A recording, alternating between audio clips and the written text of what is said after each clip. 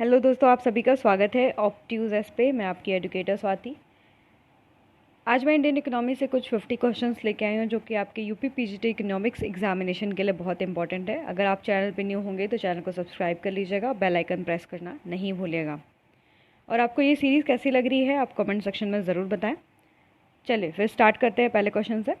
तो first question मैं leave कर रही हूँ क्योंकि वो इंपॉर्टेंट नहीं है। सेकेंड से, in which sector of Indian economy is productivity the highest. आपका सबसे ज़्यादा प्रोडक्टिविटी किस सेक्टर में देखने के लिए मिला है? तो याद रखिएगा मैन्युफैक्चरिंग सेक्टर में मिला है।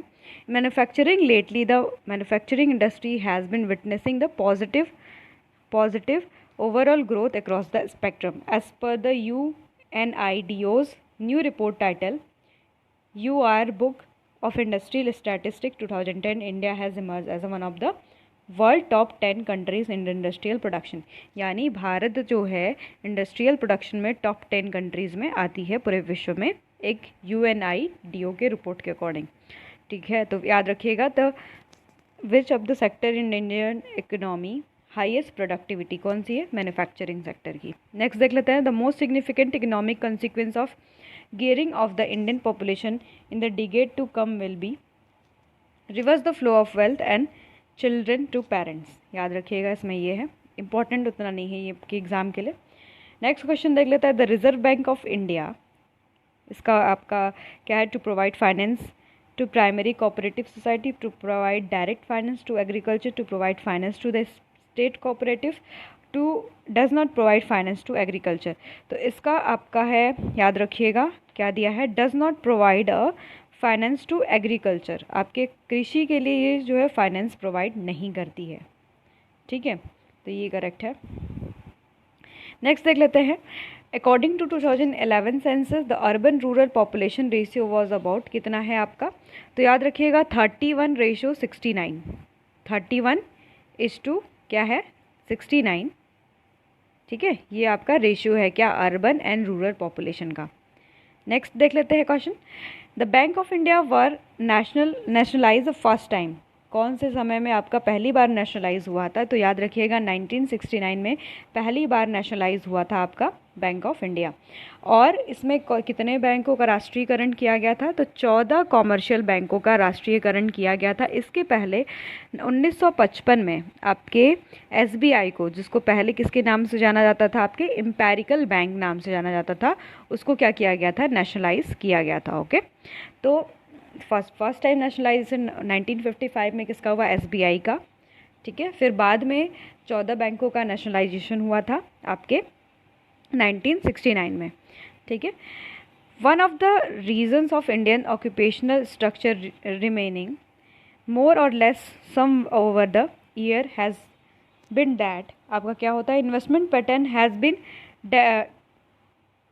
Directed towards the capital intensive industries. अब धीरे धीरे किसकी तरफ बढ़ रही है? कैपिटल इंटेंसिव इंडस्ट्रीज़ की तरफ हमारा जो इकोनॉमी है वो बढ़ रहा है। ठीक है, नेक्स्ट देख लेते हैं, यानी इसका ऑप्शन आपका क्या हो जाएगा? करेक्ट, बी वाला। ओके, नेक्स्ट देख लेते हैं, NABARD is the name of the, किसका क्या है ये नाबार्ड आपका? तो ये एक तरीके का स्पेशलाइजेशन बैंक है, स्पेशलाइज्ड बैंक है जो कि एग्रीकल्चर के लिए क्या करता है? हेल्प करता है। फुल फॉर्म क्या होता है? National bank of agricultural rural development. कब इसकी स्थापना हुई है? याद रखिएगा 1982 में। ठीक है, 1982 में जो है नाबार्ड की स्थापना की गई है, और इसको हम लोग क्या बोलते हैं? नेशनल बैंक फॉर आपका agricultural rural development, NABARD. Okay, तो ये तरीके एक आपका specialized bank for helping agriculture. Next देख लेते हैं, which among the following indicators use to calculate the human development index. क्या ये आपका इससे पता चलता है? तो इससे हम लोग पता करते हैं population growth, per capita, GDP and life expectancy. ठीक है, HDI बार बार पूछता है, ह्यूमन डेवलपमेंट इंडेक्स। तो क्या है? Which among the following indicator are use to calculate human development index. हम किससे ह्यूमन डेवलपमेंट इंडेक्स को पता करते हैं? तो इसका पार्ट कौन कौन सा? याद रखिएगा, पॉपुलेशन ग्रोथ। ठीक है, पॉपुलेशन ग्रोथ, फिर आपका क्या है? Per capita GDP, very important question है ये। और आपका क्या हो जाएगा? Life expectancy. ठीक है, कभी कभी पूछ देता है कौन सा आपका पार्ट नहीं है HDI का, तो पहले याद रखिए कि क्या पार्ट है। एक बार फिर से मैं रिपीट कर रही हूँ, population growth, per capita GDP and life expectancy. Okay, इससे हम ह्यूमन डेवलपमेंट इंडेक्स को मेजर करते हैं। नेक्स्ट है आपका the credit control operation in Indian economy performed by, कौन करता है आपका, तो याद रखिएगा RBI.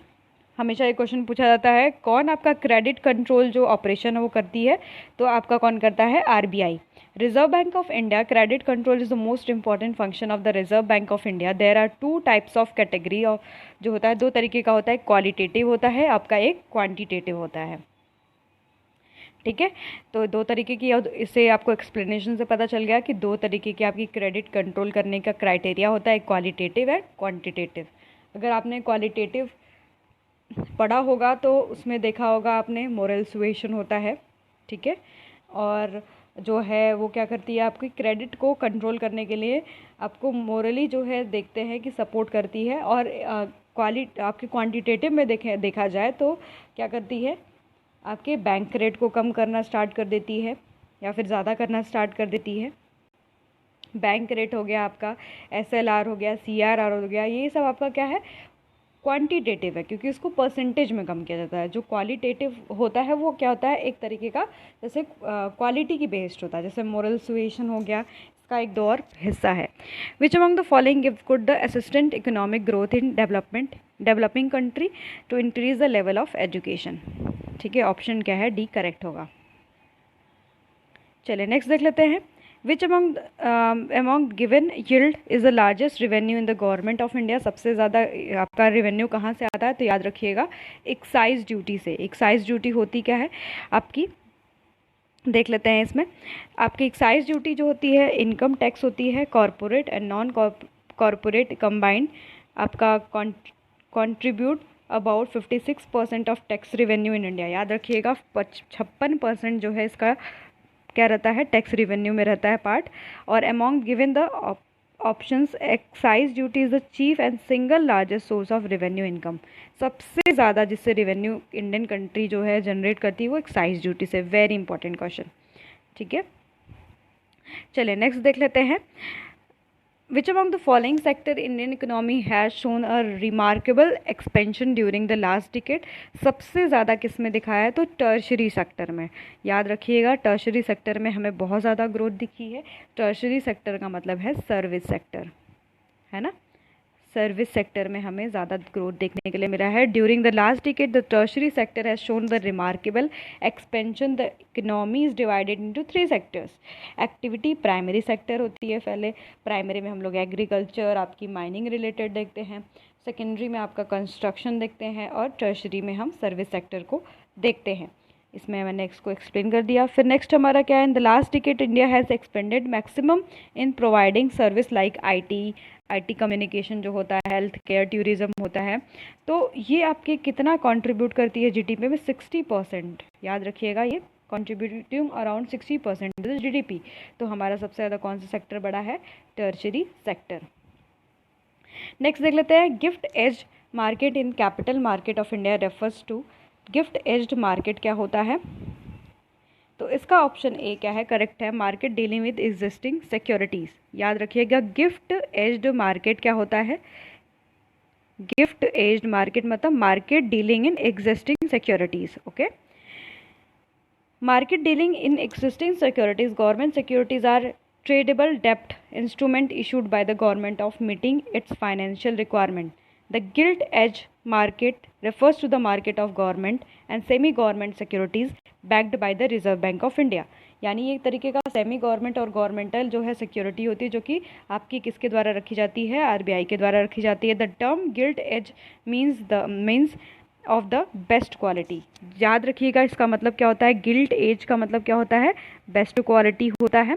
And this is as the government security do not suffer for the risk of the default are the high liquidity and they can be easily sold in the market at the current price, और इसको current price पे बेचा जा सकता है। The open market operation of RBI also conducted such a security. अब gift एड security मतलब क्या होती है, बेस्ट सिक्योरिटीज़ ये होती है market dealing in existing securities. ठीक है, ये आपकी क्या होती है, सेमी गवर्नमेंट और गवर्नमेंट सिक्योरिटीज़ होती है, जो कि आरबीआई के द्वारा बैक्ड की जाती है। ये फाइनेंस मार्केट से आपका क्वेश्चन है। Which if it will be true classify India as a, तो किसके द्वारा आपका इंडिया जो क्लासीफाई किया जाएगा, लेबर सरप्लस इकोनॉमी है यहाँ पर, ठीक है। क्या है, कैसी इकोनॉमी है, फूड डेफिसिट इकोनॉमी कभी नहीं होगी, ट्रेड सरप्लस नहीं होगी क्योंकि हमारा ट्रेड सरप्लस नहीं है, कैपिटल सरप्लस भी नहीं कहलाएंगे, हम लोग कैसे हैं, लेबर सरप्लस हैं, ठीक है। India is the labour surplus economy because India there is a disguised unemployment along with underemployment, which means qualified skilled worker willing to work available but there is a not enough employment। ऐसा है कि यहाँ पर लोग job के लिए हैं पर उनको जॉब दी नहीं जाती है। तो इस तरीके से आपका हमारा जो जो है लेबर क्या है, आपका लेबर सरप्लस इकोनॉमी कहलाती है। Very important, the financial capital of India is, आपका क्या है, ये मुंबई है। Very easy question, very easy question. Next देख लेते हैं, Indian economy is characterised by, कैसा इसका कैरेक्टरिस्टिक है, तो हम लोग इसका आंसर देख लेते हैं, क्या है, डी है, ठीक है। इसका आंसर क्या है, क्या क्या है, लो पर कैपिटा इनकम है, ये भी सही है, प्रीडोमिनेंस ऑफ आपका क्या है, एग्रीकल्चर का, एंड मैसिव अनएम्प्लॉयमेंट, सब इसका कैरेक्टरिस्टिक है आपके इंडियन इकोनॉमी का, ठीक है। आप ध्यान से क्वेश्चन पढ़ लेंगे तो भी आंसर आपका आ जाएगा। लो पर कैपिटा इनकम यानी प्रति व्यक्ति जो आय है वो भी कम है, आपका एग्रीकल्चर डोमिनेटिंग है, एंड मैसिव अनएम्प्लॉयमेंट आपके देश में पाया जाता है। नेक्स्ट देख लेते हैं, the reserve Bank of India issues currency notes under, किसके द्वारा क्या करती है, तो minimum reserve system, very important, minimum reserve जो सिस्टम होता है उसके अंतर्गत जो है आपकी रिजर्व बैंक ऑफ इंडिया जो है करेंसी इशू करती है। Minimum reserve system is distribution of 1 rupees note coins and the small coins all over the country undertaken by the reserve bank as a agent of government under the section of 22 of the RBI act. कब आया था, याद रखिएगा, 1934 में आया था, 1934 के अंतर्गत ये एक्ट आया था, उसके अंतर्गत जो है इशू करती है मिनिमम रिजर्व सिस्टम को लेके, ओके।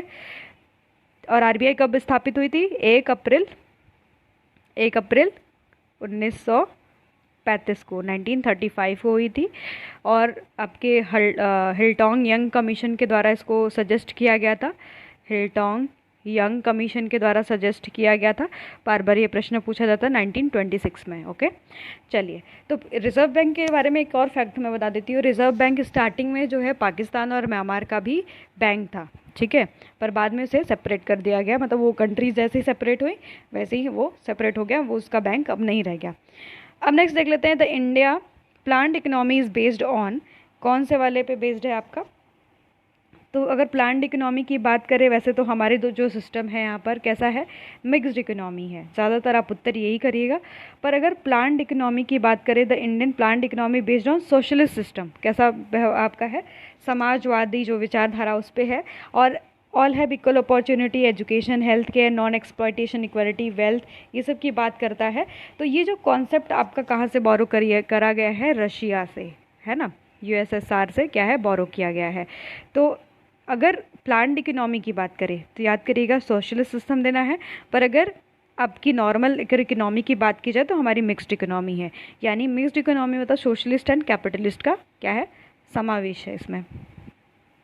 नेक्स्ट देख लेते हैं, the main goal of Antyodaya programme is, next हमारा अंत्योदय प्रोग्राम से जो कि आपकी इंडियन इकोनॉमी का ही क्वेश्चन है, तो इसका क्या होता है, upliftment of the rural poor, जो अपलिफ्टमेंट ऑफ द रूरल जो पुअर्स है उसको करने के लिए ये अंत्योदय जो योजना है वो बनाया गया है।